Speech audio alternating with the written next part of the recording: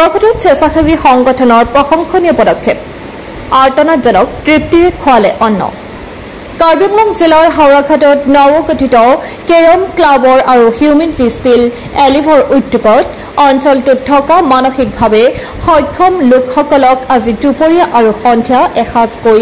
অন্ন দান কৰে আৰু এই অন্ন দান কাৰ্যসূচী আগন্তুক সময়ত অবিৰতভাৱে আগবঢ়োৱা হ'ব বুলি স্বেচ্ছাসেৱী সংগঠন কেইটাৰ সদস্যসকলে জানিবলৈ দিছে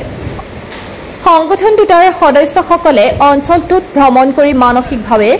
সক্ষম লোকসকলক বিচাৰি বিচাৰি নিজ হাতেৰে অন্ন দান কৰি খুৱাই আনন্দিত হৈ পৰে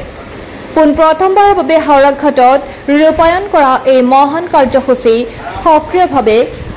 সহযোগিতা আগবঢ়ায় সংগঠন দুটাৰ সমূহ সদস্যই আজিৰে পৰা আমি হাওৰাঘাট কেৰম ক্লাব আৰু হিউমেনিটি ষ্টিল এলাইভ বুলি আমাৰ এটা ফেচবুক পেজ আছে তাৰ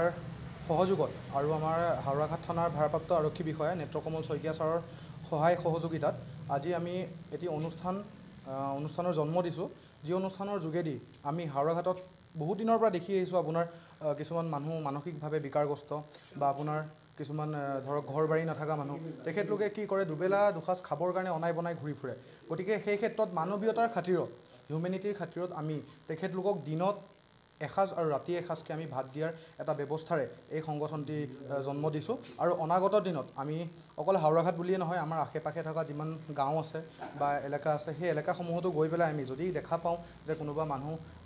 থাকিবৰ বাবে কোনো স্থান নাই বা খাবৰ কাৰণে একো পোৱা নাই তেখেতলোকক আমি সেই ব্যৱস্থা আমি গ্ৰহণ কৰিম আৰু ৰাইজৰ সহায় সহযোগিতা ইয়াৰ যোগেদি মই বিচাৰিছোঁ চবৰ আগতে ধন্যবাদ